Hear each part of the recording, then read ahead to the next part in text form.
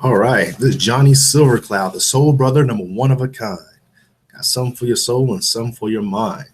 Welcome to our podcast. Here I have my guest, Stephen James. Would you like to introduce yourself? Yeah. Well, thanks for having me on. My first time on the podcast, so this is fun. But yeah, so I'm a former Air Force officer myself, and I have a background in astrophysics and developmental psychology. Oh, wow, well, that's some good stuff. Yeah, so one of the things we're going to talk about today is Donald Trump and his rise to power, so to speak, within the Republican Party. On top of that, his supporters and stuff. And from a social psychological standpoint, Steve, what was your take on Donald Trump, or how he came to be? So he's an interesting fellow. I can't really ascertain. I don't think anyone really can what his real purpose or motivations are. I think there's a question of my big question for him is, does he really believe the stuff that he's saying? And I think that speaks a lot to just how bad of a person he actually is. If he believes a lot of the discriminatory things that he says, I actually think that's not quite as bad as if he's aware of what he's saying as a means to gain power. Okay, so what you're saying is that if he's a person who engages in dog whistle politics, he's racist he's a punch clock racist, so to speak. Mm-hmm. That's better than him actually really being bought into what he says. No, I think the other way around. I think because he has so much influence over other people as a result of both the amount of money he has and his access to the media, that if he's actually been indoctrinated into this discriminatory culture in somehow, then it's a little more understandable because he is equally as indoctrinated or brainwashed as the rest of his fan base is. If he actually knows on the other hand, if he knows what he's doing and is continuing to do it anyway and increasing the rates of hate crimes in the country and is only doing it so he can increase his power, then that seems to be more vicious and more malicious. Okay, yeah, I'll have to agree with you on that one. If there's a politician who's engaging in dog whistle politics just to get by, just to get ahead in life, so to speak, I do believe that's far more dangerous than the actual, racist who's totally bought in. And why is that though? Like, from your standpoint, like, we'll make the methodical person who plans this out to be more dangerous than a person who's bought in. So to get back to your original question was psychologically speaking, what's contributed to his rise to power, and a lot of it comes down to the people that are being influenced by his rhetoric. If you look at the demographics of the people that are supporting him, they're largely white, rural Americans that have a very limited education, right? That shouldn't be unsurprising to everybody. That's usually the case throughout history, that the people that are most influenced by discriminatory thoughts are usually the least educated and most isolated from diversity. If you look at the people that are being influenced, when you talk about rural white people, likely it's the case that they're in very exclusive communities. They're probably other less educated white people. So they don't have the exposure to diversity in terms of interacting with people of different colors. So it's very easy to establish these discriminatory, racist paradigms about people you don't interact with on a day-to-day basis. Oh, yeah. I'll totally agree with that. One thing that cures, that can, one of the things that cures racism and bigotry, systemic institutional racism, bigotry, would be exposure. Mm-hmm. And those who are the least exposed to other people different than themselves, are the ones who are less likely to Well, they're more likely to be racist and stuff. Yeah. Yeah, what were you about to say? So, so in that vein, so you have this uneducated population that's fairly isolated, and in connection with that, we already know that the kind of richer becoming richer, poor becoming poor is an economic fact of the country at the moment, and so when you talk about not just the middle class, but now you're talking about less educated and socioeconomically disadvantaged people, that are looking for explanations. Why am I working so hard and not getting anywhere? And Yeah. so a lot of that frustration with a person's own life ends up manifesting itself in terms of just looking for any explanations they can, or solidarity with what's going on in their life. And when you've got someone out there that's saying, well, you know what the problem with our country is? It's those lazy black people, or those immigrant Mexicans, or those terroristic Muslims. It's something for that group of people to latch onto, rather than focusing their attention on the real sources of their economic woes or their prosperity woes in a broader sense. It gives them something to. It allows them to try to understand their world. And it's not an accurate understanding, but it gives them some ability to explain it, even if it's not true. Yes. One of my old friends, his name is Tim Druck. He's still a friend. I mean, he's not old. But anyway, he pointed out the fact that he made a point on the fact that, like, in regards to conservatism, is more like a conservative is more likely to simplify things and not engage in critical thinking. And of course, a liberal is more likely to engage in critical thinking, suffer the possibility of over-analysis. Now, do you believe that's correct in regards to how stereotypes and interpersonal perceptions exist?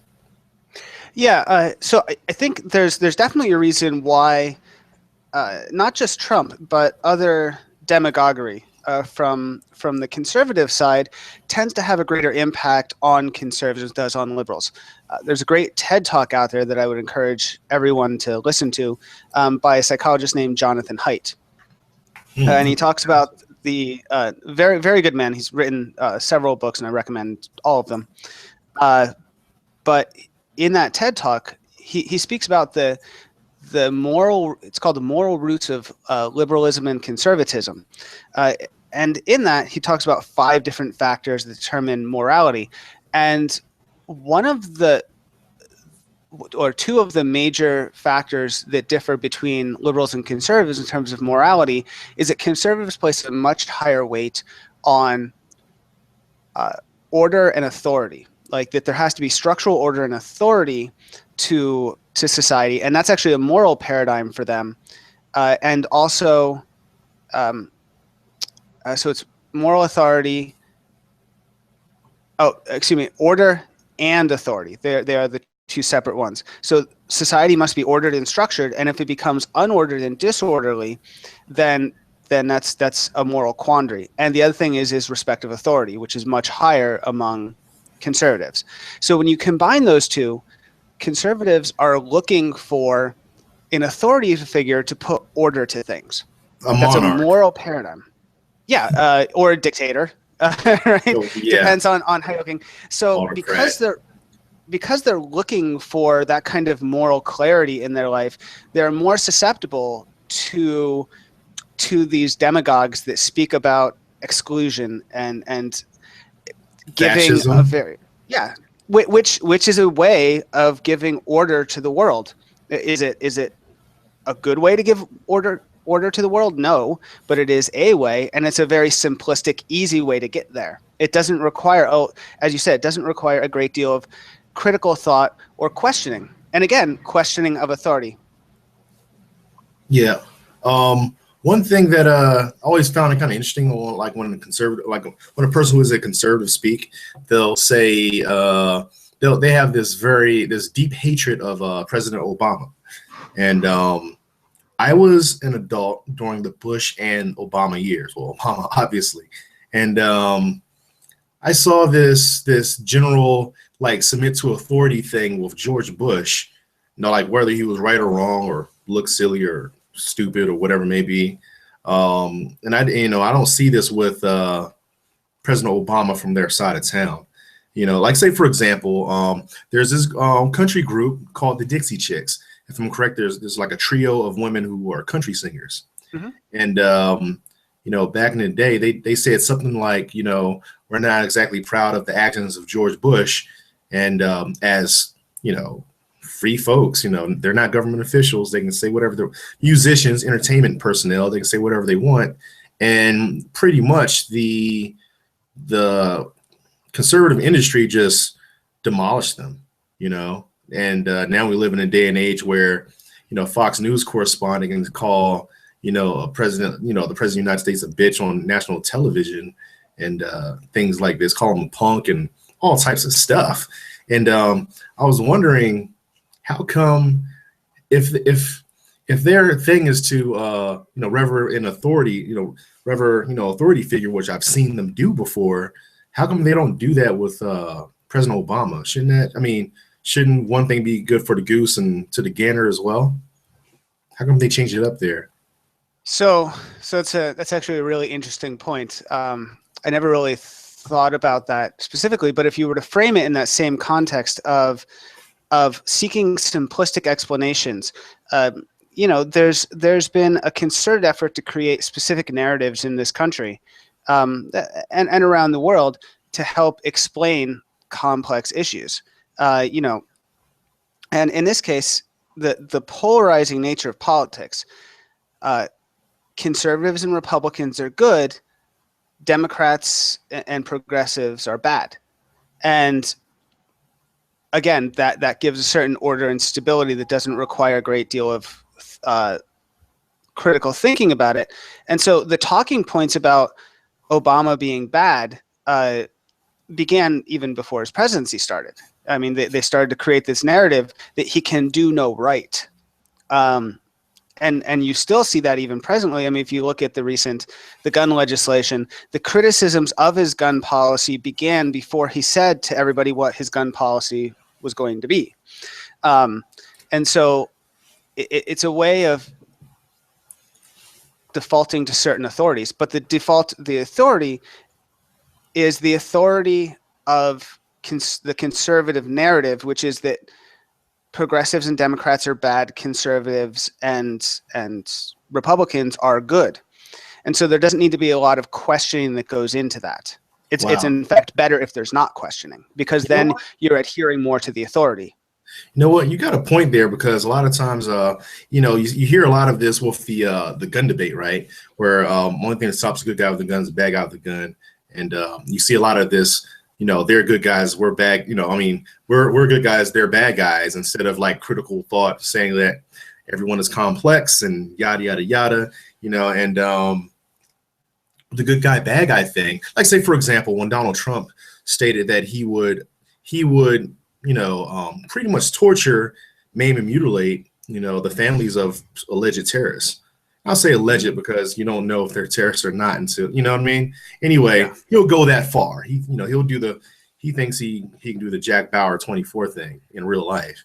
And the problem with that is that if you see yourself as a good guy, not by action, not by behavior, but just because you're the good guy, you see these other people as bad guys because not by action, but they're just bad guys, then that means any behavior I do, good or bad, will be okay because I am infinitely the good guy. And anything they do, good or bad, they're the bad guy regardless. So, and that's a really dangerous line of thinking. You know what I mean? Well, yeah. So that type of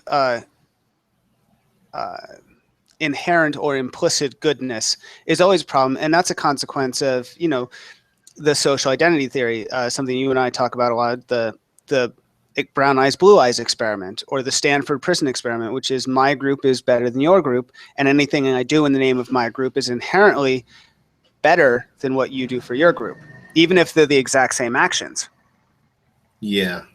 And overall, like, we as people should be judged based on our actions and our behaviors versus And then we should start from there, in order to determine someone's good or bad, because that is some dangerous shit. Yeah, so I mean, there are good examples of that. I mean, if you just look at, in terms of even terminology, the word terrorism, right? This has come up a lot recently, in terms of domestic or white Christian terrorism, right? It tends not to be labeled as terrorism, because it's not a Muslim. You're not lying there. Yeah. Oh man. And I think that really speaks back to this thing that the things my group may do are inherently better. Even if they're still bad, they're not as bad as the things you can do, even if the actions are the same. I mean, the church shooting in South Carolina last summer, right? Dylan Roof. The guy had a political manifesto by every definition of terrorism. He was, and yet it wasn't particularly labeled as such. Yes.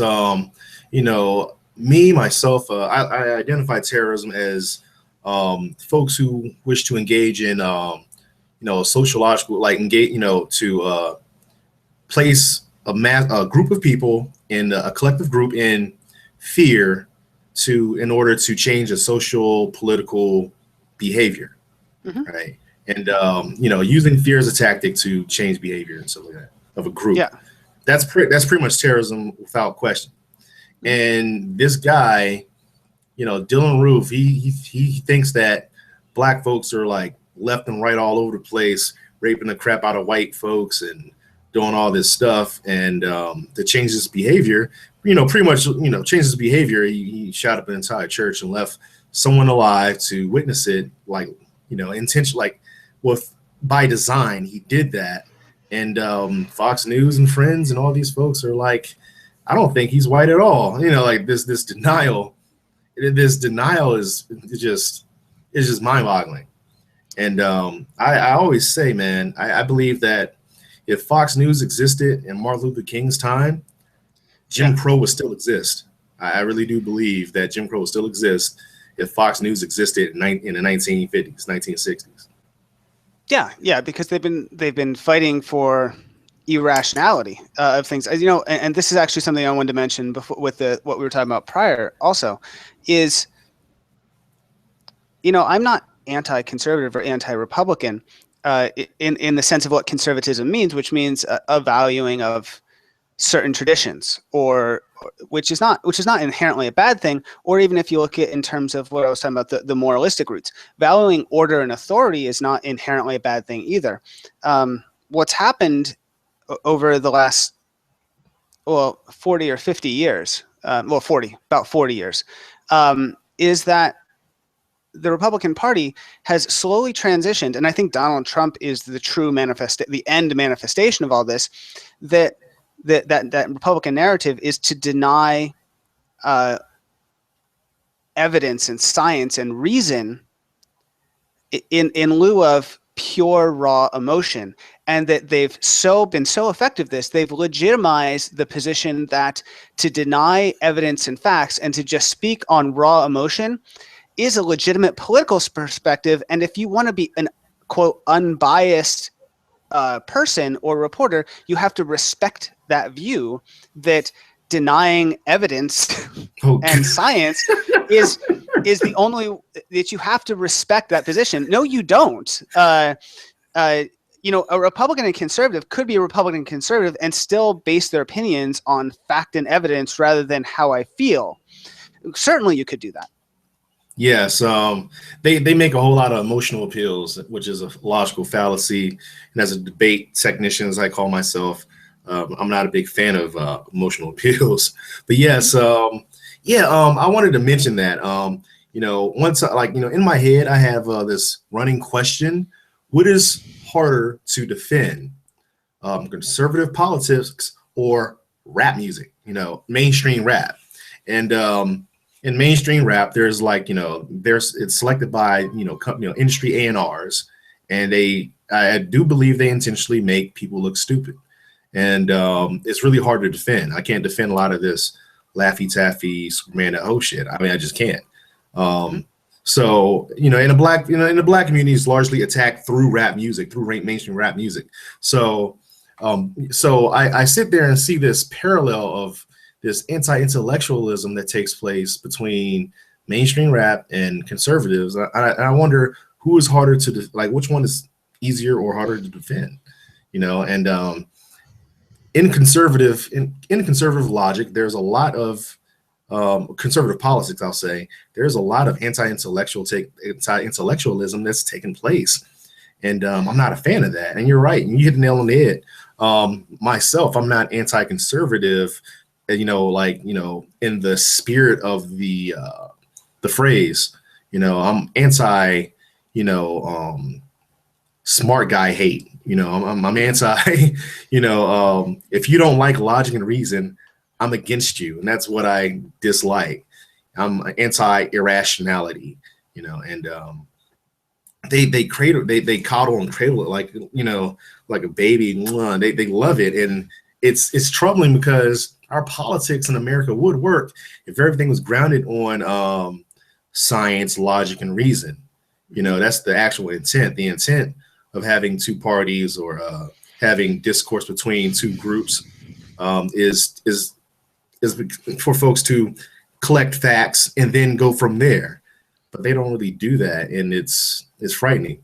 I remember like a while back, a while back ago, you mentioned something about how Fox News, use Fox News as a template, but Fox News use a lot of psychological priming and cues to engage in the fear aspect of the fear portion of the back of the mind. Like the colors they use and the musical tones and the tone of voices and the word selection, the phrase selection of the people that they have on air and things like that. And that was pretty interesting, man. I really do. I mean, I get you gather far better than I do, but because you study it. But yeah, I can clearly see them doing that because some of the phrases they say, like loaded questions, and yeah, it's rough. One edge of the anti-intellectualism that's taking place is the anti-political correctness thing that they're uptaking right now. What's your take on that?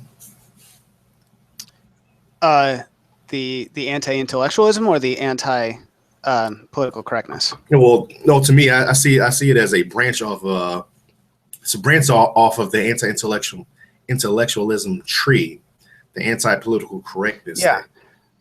So you could say the anti-intellectualism, I think, is where a lot of it originated, where they tend to claim that like there's all these university professors that don't interact with the real world out there, and they establish the paradigm as though a university professor, all they do is read papers written by each other and sleep in their office and then go and never go home. Right? They are very much engaged in the real world. They eat, they sleep, they go to the gas station, they go out with their family, and oftentimes they're more well versed because they do a lot of scientific studies and international engagement and have a broad understanding. But there's been that anti-intellectualism that's built up around particularly universities, and a large part of that's driven by, and again, the conservative narrative that's been pushed is that emotionality can replace facts and evidence. And so when you get into university setting, in terms of like indoctrination into liberal thinking, well, in many respects, yes, that does happen, because the second you are faced with scientific studies and evidence and facts and economics, history, some of those conservative thought processes inherently fall out of the way because of the narrative that's been built up. So in some senses, yeah, it becomes more liberal because you're faced with facts and evidence. Oh my God. Yeah. With that point you just made right there, I hear this so much.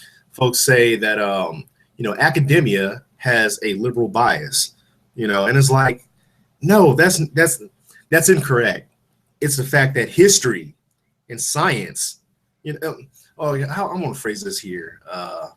It's not the fact that academia has a liberal bias, is that the liberals actually use objective facts and informations and, and the scientific logic and reason is what they're using. So it's not the fact that the industry or the group identity or the school is liberal or, thinking is liberal. The thinking is not liberal. Is the fact that liberals think. So intelligence is not a liberal thing. You can be intelligent and you can gather intelligence and be a conservative as well. But that really blows my mind. Like, say for example, one part of that is how conservatives make like anti-racism a liberal thing, and it's like this is something that anti-racism, anti-sexism. These are things that everyone can get behind. But since you refuse to get behind it, it will by association be a liberal thing because only liberals are doing it. You know what I mean? It's almost like a gun. A gun is not a conservative thing, but I guess by association, they associate it with conservatives, which is false. It's an object or a thing. It's not. So, but the problem is that using intelligence and science, calling that a liberal thing, man. These conservatives are in a way getting outgunned every wake of the moment by folks speaking such as us. It's solely baffling. And in a large context, a good example of that is our foreign policy. If you look at what Ted Cruz and several other Republican positions are, is let's carpet bomb the crap out of them Muslims over there, right? Is basically the answer. Now, if you look at that in context, or you look at the history, or even arming rebel groups, how has arming rebel groups in the past in the Middle East worked out for us? Well, each time we arm them, 10 years later, we have to go fight that group we gave the weapons to. And when you carpet bomb large populations, or even when you use guided munitions, they tend to go off. They still tend to kill civilians. Are you solving the problem? How has the last 15 years of dropping bombs helped the situation in the Middle East? And so again, there's a raw emotion that they're bad, so we need to just kill them and attack them. But there's not a look like, okay, how effective? What's been the effectiveness of this strategy? It's just more, let's do that. And so when you turn around and you say, well, this strategy really isn't working that effectively, we need to come up with a new plan. They immediately turn around and they say, oh, you're one of those liberal people that just wants total nonviolence and dismantle the military entirely. And I'm like, no, that's not what I'm saying. I'm just saying it hasn't worked. So we got to do something different. But that inherently then becomes a liberal position, because unless you are acting on that raw emotion, then you're being liberal. Yeah, that's the way they've cast the boundaries. Which is really interesting because President Obama, when he first came, like in his first 4 years of office, I'll say first 2 years of office, he signed off on more drone strikes than President Bush had in his entire presidential 8-year presidential tenure. So it's like, how come conservatives don't give President Obama props, so to speak, for doing conservative things that are associated with conservatism? So it's interesting that that's what I said, that narrative began at the beginning, that he can do no right. And I think, myself included, on a personal level, I don't think he's been a very good Democratic president. He's crossed into a lot of conservative thought processes, and what he got elected on initially was a very progressive agenda, and he really didn't follow through with a lot of that. So a lot of Democrats feel disenfranchised as well. And so at best, I think he's a very centrist, mediocre president overall. So it's so surprising, really. So it surprises me as to how vitriolic the conservatives are, and particularly when they say stuff like Obama's destroyed this country. And I want to point and say, like, what did he do? Because from my standpoint, he hasn't done a lot, particularly in terms of pushing a progressive agenda, which is what you would think a conservative would say he's destroyed the country about, but he really hasn't pushed that. So what has he done that's destroyed the country? And I don't quite understand in total where that comes. Well, I do understand psychologically where it comes from, but it's really interesting and kind of strange how they can actually maintain that. Yeah, because they don't really like to be questioned. But yeah, one thing about the political correctness thing, why I tie that into the anti-intellectualism thing, is that when they say that, well, I'm not being political, I just don't like being political correct. They're obfuscating political correctness for intelligence. It's intelligent to not kill, maim, mutilate, the families of someone you think that they're a terrorist and stuff. It's just simply intelligent, you know. So these things, you know, to understand that Mexicans are not bad or evil, or to understand that black folks are not bad and evil and stuff like that. It's just more intelligent to do. You don't sit there and just act a fool. You don't sit there and get like a fake statistics off of a white supremacist website and put it in your Twitter and say, you know, it was something that Donald Trump had that cited that 93% of the murders upon white people are done by black people, which is kind of I mean, for that to actually exist, I think you would visually, like, you know, the world will visually see it. You know, it was an impossible statistic and it was wrong. But yeah, but I mean, so what's interesting, and I was just listening to something earlier today on this, which is that I could actually see that statistic being true, that 90% of black people kill other black people, but it's likely, and this is the case with the statistics that I saw. But yeah, hold on, black people, yeah, okay, go ahead. Okay, that they always talk about black on black crime, that it's like 90% of black people, 90% of black homicides are committed by other black people. Well, no shit, because 85% of white murders are committed by other white people, because where do you live?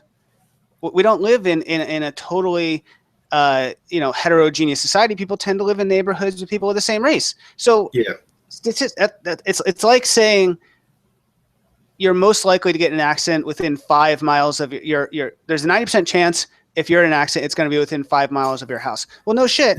You mostly drive within 5 miles of your house. So of course that's going to be the case, right? So saying, you know, what about the white on white crime? If 85% of white people kill other white people, well, that seems like a big problem then, because if it's the other way around, that's also a big problem, right? Yeah, the statistic was saying that white folks, like 90% of the time white folks die, you know, but get murdered is by a black person. That was what it was saying. Oh, really? Oh, I did not hear that. You know, it was really the thing. Okay, the thing about it is that when a political contender does something like that, you know, they're engaging in the psychology of dog whistle politics. You know, like they have that plausible deniability of engaging in racism, but I didn't do it, or I'm not responsible and stuff like that. But that mental priming has already been poked. You know what I mean? Mm-hmm. It's almost it's like you know, when I teach anti-racism, it's like this. It's like if I were to message you on my phone and your ringer goes off, you get the message, right? Mm-hmm. Yeah. Now, if I were to message you on your phone and it's on vibrate, you still get the message, right? Yeah. So, like, whether it makes a sound or not, the message is still received. So that's pretty much how that works. So, you know, it just, oh God, man, that right there, I hold folks to fault to the shit they do, and I'm not gonna let that one go.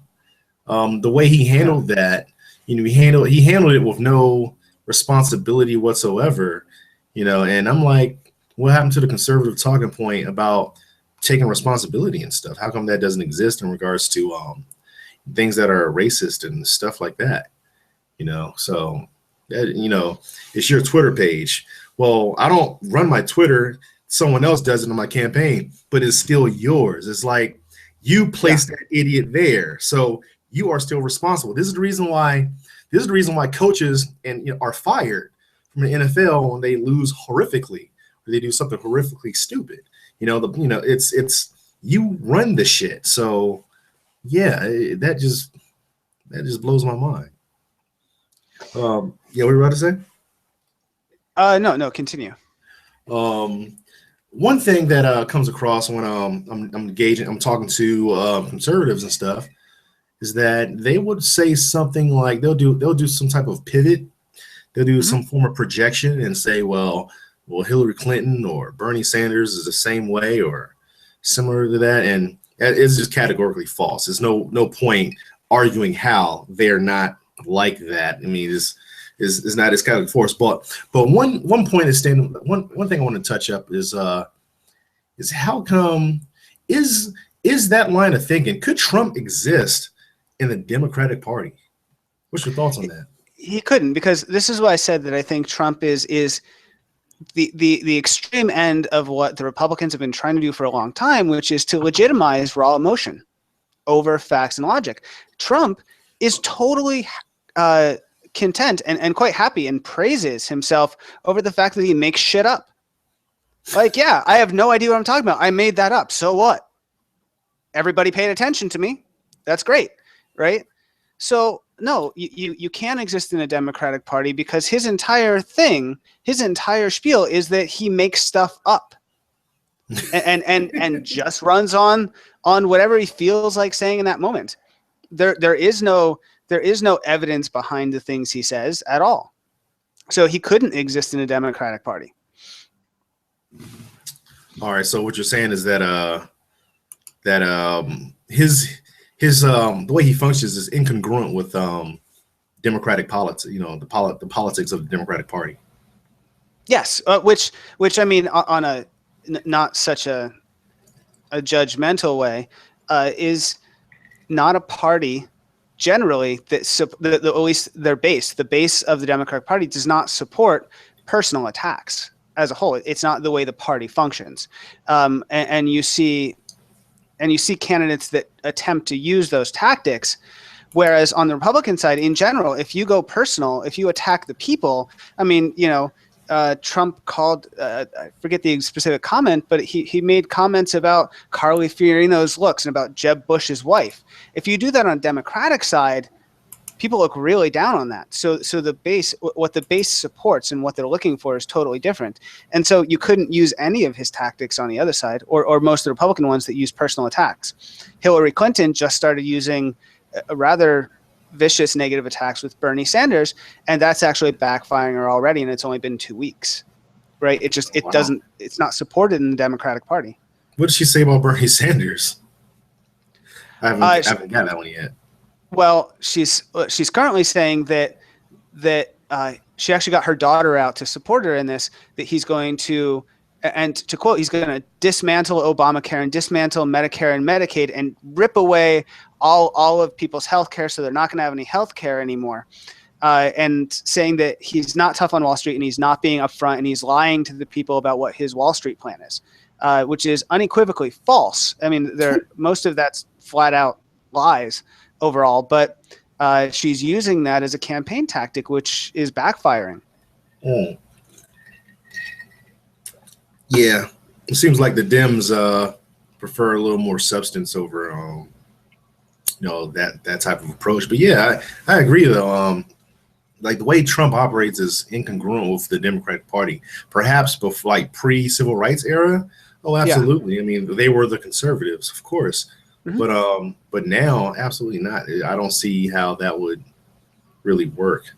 What's another thing I want to talk about? Okay, well, the Democratic Party, two parties, right? A lot of times the Republican Party like to get jollies off the fact that Abraham Lincoln was a Republican.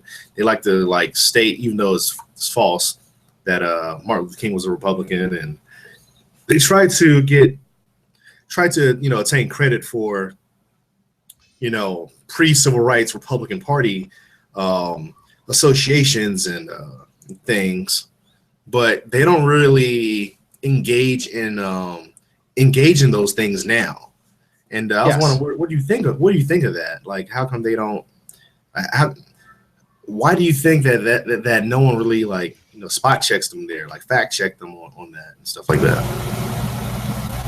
I think it comes from again I mean, I keep repeating kind of the same thing, but I mean, you saw it within the Republican debates where Megyn Kelly actually called out Trump on several issues related to women's rights and things he said related to them. And not just that, but in other debates, the Republicans got hissy over the fact they were being called out. And they said, oh, well, we're just not going to have debates. We're not going to have debates with you anymore because you fact check us. That's not cool. You can't fact check us. And this just comes down to, again, what they're trying to do is legitimize the perspective that you can say whatever you want. You can make up whatever you want and that in and of itself should be a legitimate political position that you can take on an issue, which is I get to make up stuff. And you should not be allowed to call me out on it, because if you call me out on it, you're being biased. Oh my God. That's the position. That's the position they're taking. Yeah. And it works too, because they're the ones that end up at the end of the day paying for those news stations' bills, because they bring in the money. Here's another thing I want to point out. How come liberals don't really call them out on their bullshit the way they should? I mean, I do, but I'm a consequentialist. I'm not exactly liberal. But you know, and I'm like, but how come like liberals in general don't just flat out like call these guys out on their bullshit? Just like, bam, you know, it just, how come they allow that? Like, to me, it seems like what I observe is that liberal, like the political liberal, like liberals with power in general, generally speaking, they allow conservatives to create the narrative on stuff, like say, you know, on racism and stuff. You know, if a liberal points out racism somewhere, the conservative will say that's race baiting, you know, and then the liberal just backs down and like not fact check the guy further, not analyze and assess how and why they say these things. They don't like say that's a straw argument, that's nonsense. And they just back down and just keep it from there. Like to me, it seems like conservatives, they frame the discussion on everything. Like everything is built on their frame first. Like if this was a chess game between the like Republicans and Democrats or conservatives and liberals, you know, the conservatives always they make the rules, and no one ever questions these rules they make or the fact that they're making these rules up as they go along. Why is that? How come liberals don't just say that's bullshit, race baiting? Well, why? You're only saying that just to shut me up. I'm gonna continue and here's my point and keep on going. Like, how come they don't do that? It's a really good question, and I don't think you're the first person that's raised up. I mean, historically, I don't know how that actually started. That the role of the Democrats is to be on the defensive perpetually, but it certainly is the case. And what it's resulted in over time is that the country or the political, no, maybe not the country, but the political system has slowly shifted to the right, as the right has been allowed to become significantly more right and conservative and batshit crazy when you get to Trumps, all the way out to Trumps. And the left has moved more toward the center because there's very progressive views on what those mean and how you interpret and define them. The narrative has come from the right. So it's forced the left, because they won't stand the ground, to move more towards the center. So you get the point now that if you look at where the middle is today, the middle in politics is well on the conservative side, if you look at what's considered middle of the road. Yeah. So that's why I think there's a little bit of hope in terms of just reestablishing balance, that Bernie Sanders, whether or not he wins or not, has forced progressive thought to become more objective and respected in terms of the debate, and kind of pulled that political discussion more towards the center again. Because if you look at what he's ended up doing with Hillary Clinton, he's forced her to start to espouse more progressive positions as well, which I can guarantee you, if he hadn't entered the race, she'd be sitting pretty as a moderate conservative who claims to be a Democrat. Yeah, I totally agree with you there. As a matter of fact, that's the reason why I like Bernie Sanders. I'm looking for balance, and I'm looking for balance in the force. You know what I mean? So, you know, already clearly identified there's an issue on how conservatives frame everything, and liberals always, you know, they always tuck their tails in, and they're punks. You know, these guys, they get thugged out by conservatives, and they just punk out. So, you know, like from a political standpoint, you know, say something like, you know, liberal, and you know, or socialist, and that's demonized, and everybody allows them to demon, like everyone allows them to invent that context, and everybody goes by that context, and they play defensive, like, oh, I'm not a liberal, or I'm not a socialist, or I'm not this, and it's like, but if you are, then you are. And Bernie Sanders is just nonchalantly like, well, yeah, I'm a socialist, so what? Yeah, of course, you can call me that. Yeah, I'm a liberal. And that's what I look for in liberals. That's what I've been waiting for. Like, how come the Democrats are always on defense? and defending is not politically is not a really great spot to be at, for 30 odd years and whatnot. So yeah, though, that's I think that Bernie Sanders is going to restore you know balance to the force, so to speak, using Yeah, those and Jedi terminology. yes, and I think he does. I mean, if you look at the polling right now, he's most.